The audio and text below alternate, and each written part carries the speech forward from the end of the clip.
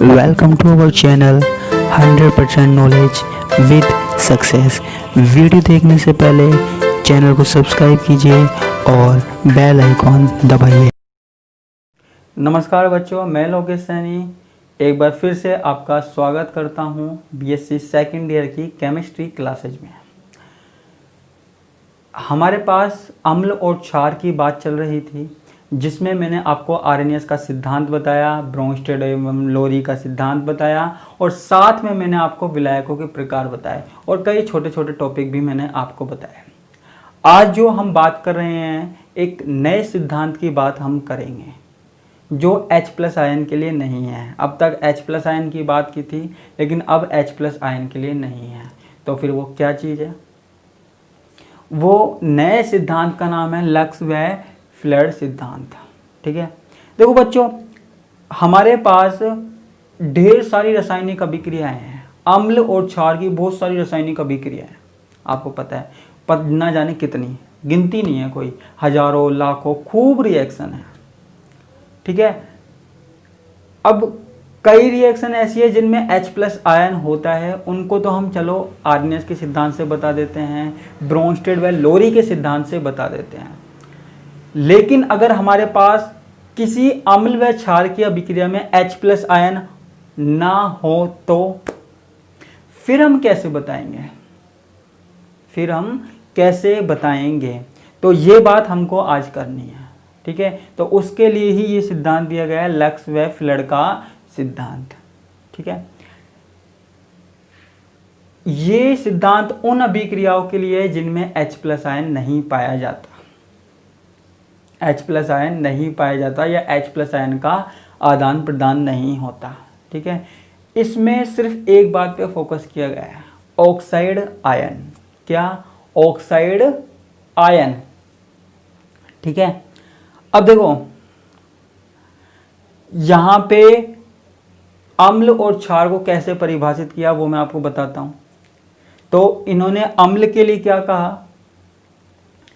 कोई भी पदार्थ जो ऑक्साइड आयनों को ग्रहण कर सके, कोई भी पदार्थ जो ऑक्साइड आयनों को ग्रहण कर सके अम्ल कहलाता है या फिर एसिड कहलाता है। ठीक है, सिंपल सी बात याद रखना, ऑक्साइड आयन O2 माइनस है ना। कोई भी पदार्थ जो ऑक्साइड आयनों को ग्रहण कर सकता है वो अम्ल। और क्षार, कोई भी पदार्थ जो ऑक्साइड आयनों को दे सके, देने की प्रवृत्ति हो, देने की क्षमता रखे, वो क्षार कहलाता है। बिल्कुल सिंपल सा कॉन्सेप्ट है। वहां पे बात हुई थी H+ आयन की, यहां पे बात हो रही है ऑक्साइड आयनों की। ठीक है, तो ऑक्साइड आयन ग्रहण करने वाले ऑक्साइड आयन ग्रहण करने वाले अम्ल और देने वाले क्षार कहलाते हैं। ठीक है, ये सिंपल सा कॉन्सेप्ट हमको याद रखना है। ओके, अब देखो यहां पे हम कुछ एग्जाम्पल की बात करते हैं, जैसे CaO, ये क्या है? क्षार है। ठीक है, और इसके अनुसार क्षार की प्रवृत्ति क्या होती है नियम के अनुसार? जो ऑक्साइड आयनों को दे,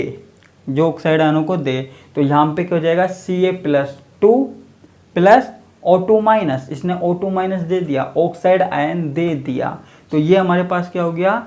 क्षार हो गया। ठीक है, ऐसे ही हमारे पास क्या है? SO4-2, तो इसने अपना O2 माइनस दे दिया, तो ये किस में चेंज हो गया? SO3 में बदल गया। ठीक है, यानी कि क्या हुआ? क्षार था, उसने अपना ऑक्साइड आयन दिया और किस में चेंज हो गया? अम्ल में चेंज हो गया। ध्यान रखना, बस O2 माइनस आयन देने से ही क्या है, कोई पदार्थ क्षार से अम्ल में चेंज हो जाएगा। ठीक है, तो ये हमारे पास अम्ल और क्षार की अभिक्रियाएं हो गई जो आपको दिख रही है। ठीक है, सबों में यही दिख रहा है कि ऑक्साइड आयन दिया तो वो क्षार, ऑक्साइड आयन दिया तो क्षार और ग्रहण किया तो अम्ल, ऑक्साइड आयन दिया तो क्षार और ग्रहण किया तो अम्ल।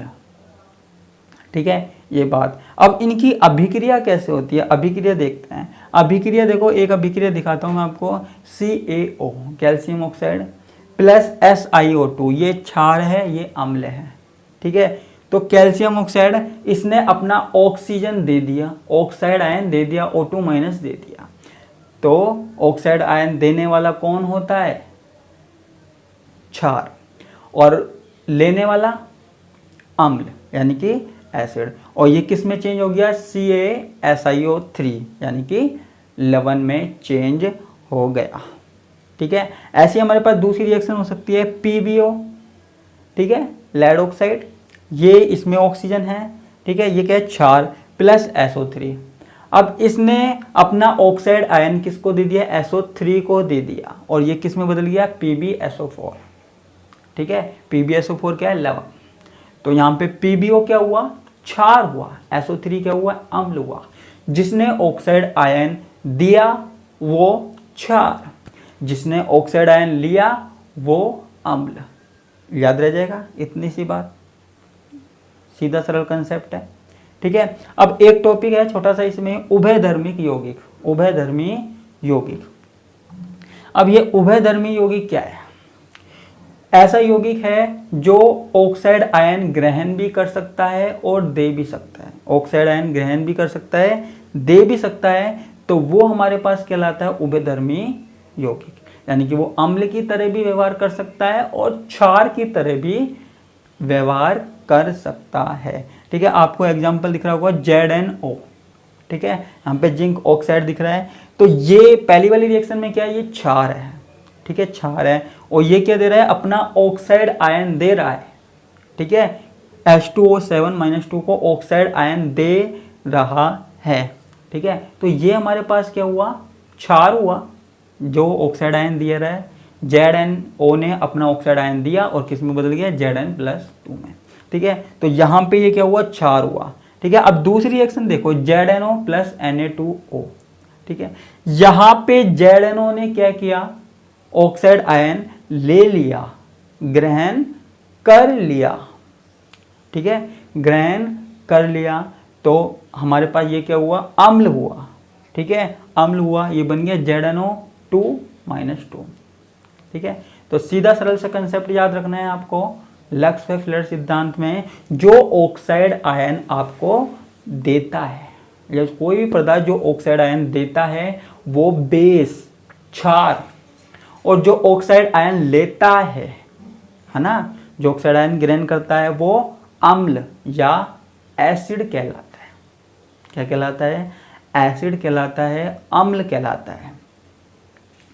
ठीक है, तो ये हमारे पास क्या हो गया? उभयधर्मी यौगिक हो गया, एम्फियोटेरिक कंपाउंड भी बोलते हैं। ठीक है, उभयधर्मी का मतलब ही ऐसा होता है जो अम्ल या क्षार की तरह व्यवहार कर सके। ठीक है, अब यहाँ पे एक छोटा सा टॉपिक हो रहा है। देखो, लक्स फ्लड सिद्धांत तो हमने बता दिया। ठीक है, कुछ टाइम के बाद इसका विस्तार किया गया, है ना। तो अगला टॉपिक क्या है? लक्स फ्लड सिद्धांत का विस्तार। विस्तार कैसे किया गया? इस कंसेप्ट को थोड़ा सा चेंज किया गया, इसमें थोड़ा सा परिवर्तन किया गया। आप कहेंगे कैसे किया गया? ठीक है, तो इसके अनुसार कोई भी पदार्थ, इसके अनुसार, इस सिद्धांत के अनुसार कोई भी पदार्थ अभिक्रिया में अगर ऋणायन, देखो हमने ऑक्साइड आयन की बात की थी, पहले मैं वो बता देता हूं। जो ऑक्साइड आयन देता है वो क्षार। ठीक है, तो उसी कंसेप्ट को आगे बढ़ाते हुए इन्होंने कह दिया कि ऑक्साइड आयन क्या है? ऑक्साइड आयन क्या है? ऋणायन है। ऑक्साइड में माइनस लग रहा है, ऋणायन है। तो इन्होंने कह दिया कोई भी ऋणायन है ना। इन्होंने कह दिया कि कोई भी ऐसा पदार्थ है जो अभिक्रिया में ऋणायन दे रहा है। ऋणायन कुछ भी हो सकता है, ऑक्साइड हो सकता है, हैलाइड हो सकता है, सल्फाइड हो सकता है, कुछ भी ऋणायन है। अगर वो ऋणायन दिया जा रहा है, अगर वो ऋणायन दिया जा रहा है तो उसे हम बोलेंगे क्षार, उसे हम बोलेंगे क्षार। और कोई भी ऋणायन अगर ग्रहण किया जा रहा है ना, कोई भी ऋणायन, तो उसे हम बोलेंगे अम्ल। तो अम्ल और क्षार की क्या परिभाषा हो गई? कोई भी ऋणायन ग्रहण करने वाला अम्ल और कोई भी ऋणायन देने वाला क्षार, है ना। देने वाला, त्यागने वाला, उसे हम कहते हैं क्षार। ठीक है, तो ये हमारे पास किसकी बात हो गई? लक्स फ्लेयर सिद्धांत के विस्तार की बात हो गई। इसमें एक रिएक्शन भी आप देख सकते हो, है ना। रिएक्शन क्या है? 3NaF + AlF3।